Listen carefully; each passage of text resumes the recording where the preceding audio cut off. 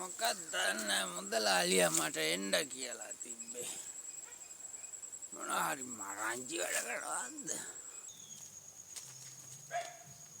මුදලාලි මාමේ බෙරියන් දෙන්න නැතුව මෙහාට වරෙන් ඉතින්.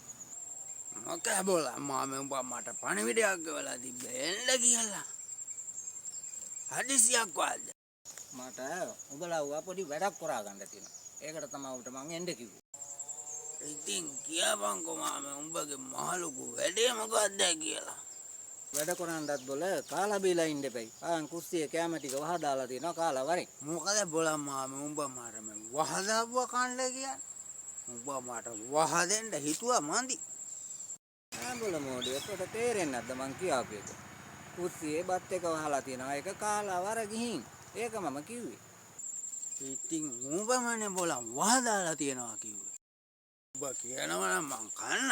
මොනවාද ව්‍යංජන එහෙම තියෙන්නේ? මස්සේම උයලා ඇති නේද? අඩේ බොල. වෑංජන හදන තත්වයකද මම ඉන්නේ. ලුණු මිරිසක් හදලා තියෙනවා. බත් උයලා තියෙනවා. කාලා වර ගිහින්. ඇවිදින් වැඩේ කරාපි. ලුණු මිරිස බත් වෙනං උඹම කබා මාමා.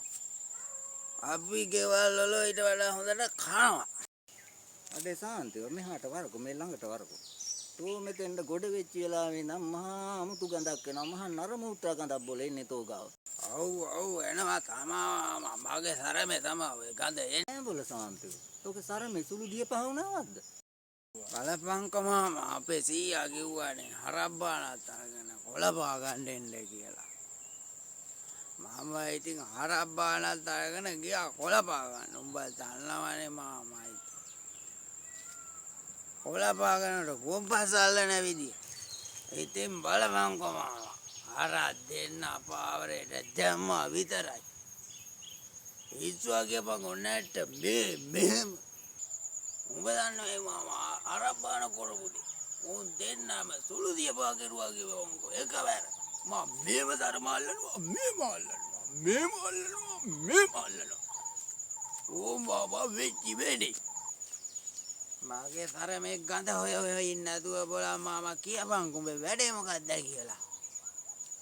කොල්ලා දීලා යන්න රැය වෙනවා. දැන් බොල තොට සුරායකා වැහිලා ඉන්නේ. වෙන දවසක වර.